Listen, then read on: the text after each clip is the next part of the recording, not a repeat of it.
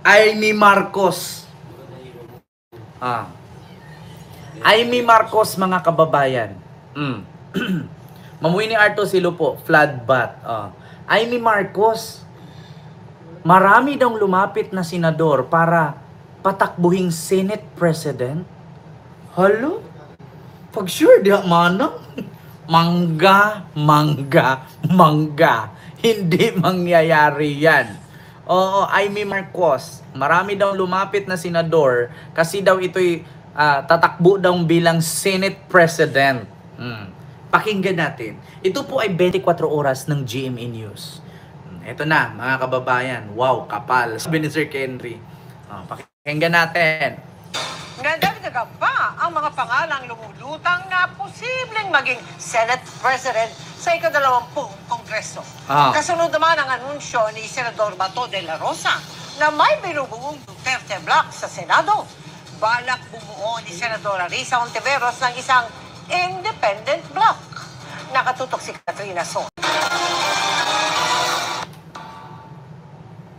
Sa gitna ng ugong ng pagpapalit ng Senate presidency sa pagpasok ng 20th Congress sa Hulyo, naglabas ng pahayag ang kapatid ng Pangulo na si Senador Amy Marcos. Ayon sa kanya, may mga lumapit sa kanyang mga kapwa-senador para himuing siyang sumubok maging Senate President. Hindi niya tinukoy kung sino ang mga kumausap sa kanya.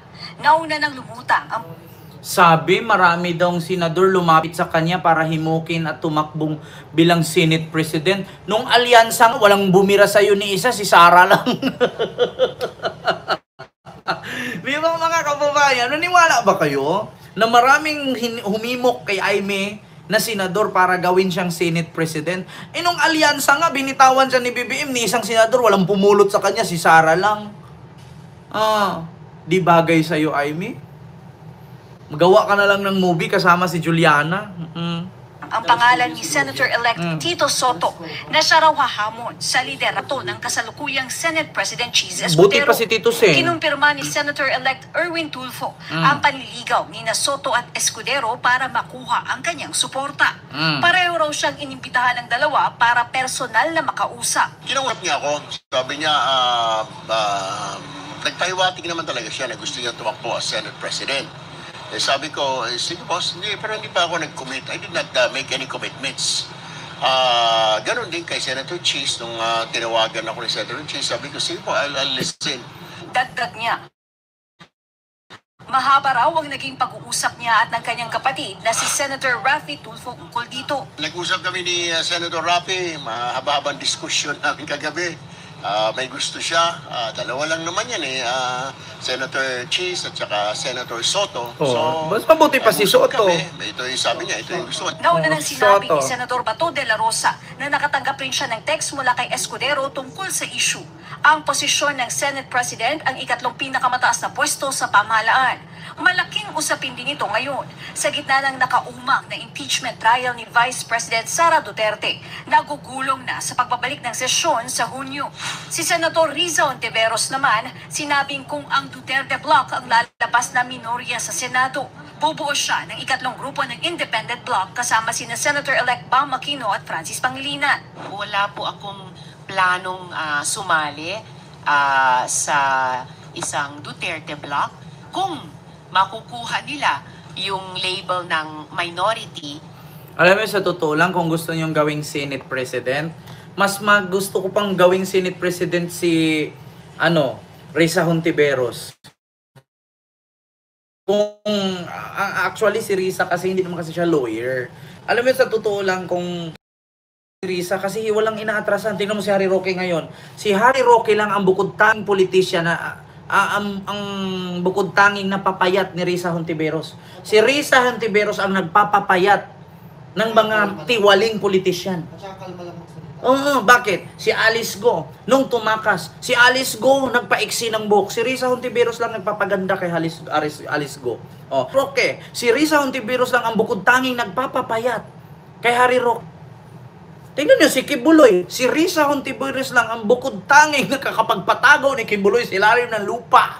Pag hindi kayo dumaan sa akin, hindi kayo mapunta sa langit. Pero si Kibuloy nagtago sa lupa. Yeah. Alam mo, sa totoo lang, kung achievement lang ang pagbabasihan para maging Senate President, mas gusto ko si Risa Hontiveros. Bakit? Si Risa Hontiveros lang ang bukod tanging senador na nakapagpagupit sa buhok ni Alice Go. Sabi nga ni Alice Go, hindi ako mabubuhay kung ang buhok ko maekse. Hindi talaga ako makampante at hindi buong araw pa walang kape. Naekse ang buhok. Si Harry Roque, hindi talaga ganon. Yan kasi si Panilo, pumalit sa akin yan nung inatake ako sa heart.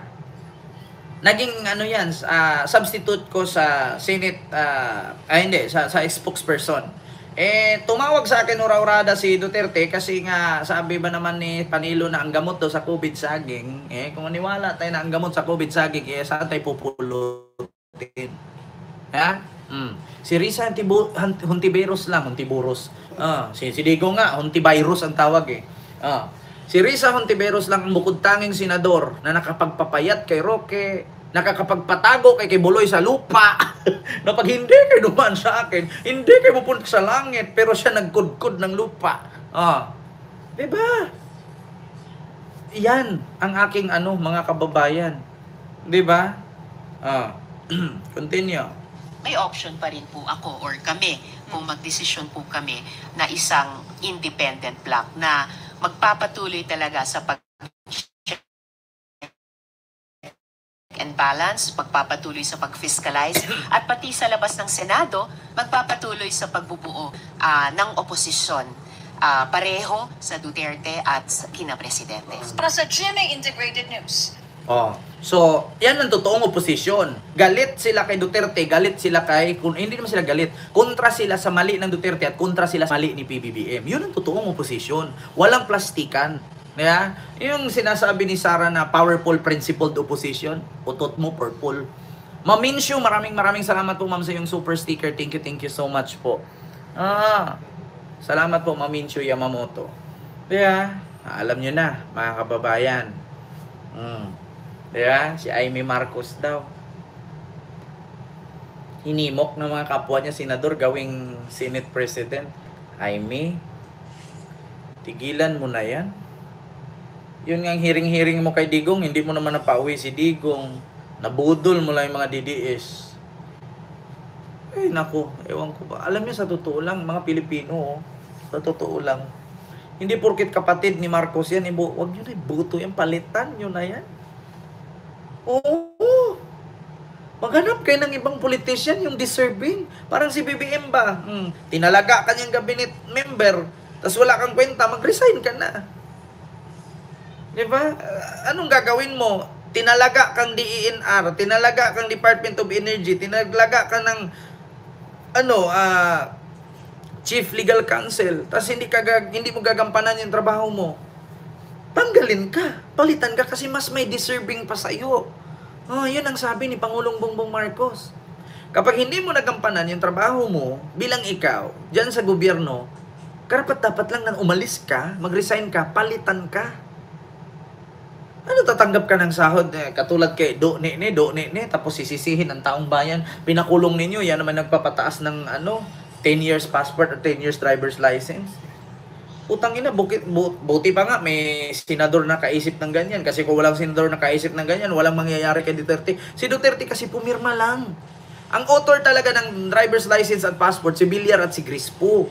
Ngayon, pumirma lang yan si Digong. Yung pagpapataas ng sahod ng pulis, sundalo, teacher at yung mga government employee, si Trillanes.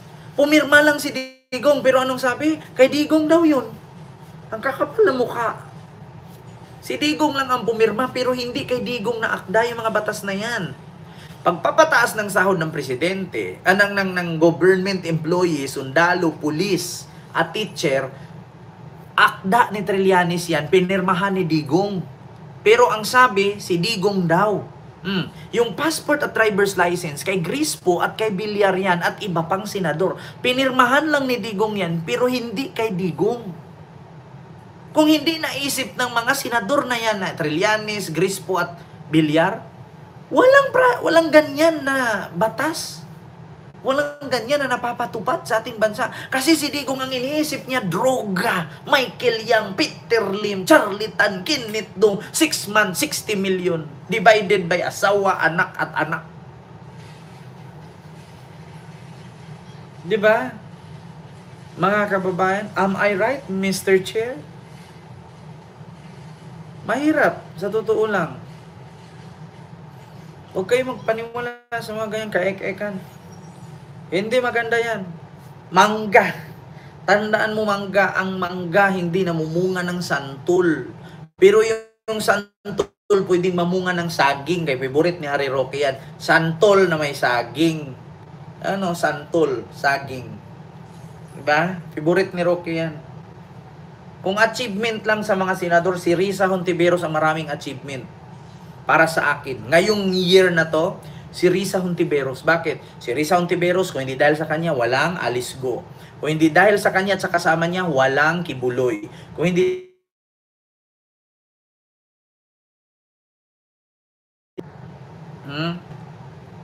walang Senior Aguila. Kung hindi dahil sa kanya at sa ano, walang Harry Roque. Apat yan, no? Kibuloy, Alice Go, Harry Roque, Senior Aguila. Yan ang totoo. Digong pa. Tigil-tigilan mo yung mangga. Ang pinagsasabi mo. Marami daw humimok sa kanya para gawin siyang Senate President. No way. Diba? No way. So yun lang nga mga kababayan. Marami, di ba mga kababayan? So yun yung ating pag-uusapan mga kababayan. Luzon, Visayas, and Republic of Mindanao, Province of Netherlands ni Digong ang Davao City ay diba? Wait lang ha mga kababayan. Wait lang. Wait lang mga kababayan, ayusin ko lang.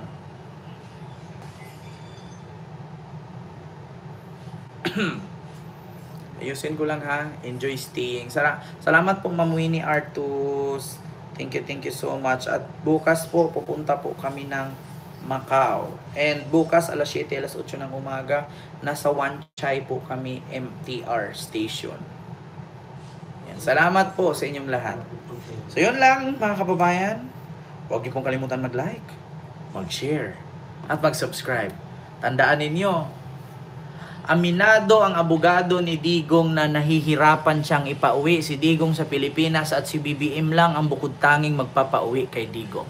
So yun lang, maraming salamat and see you next live. God bless. Mag-ingat po kayo mga kababayan. Thank you so much.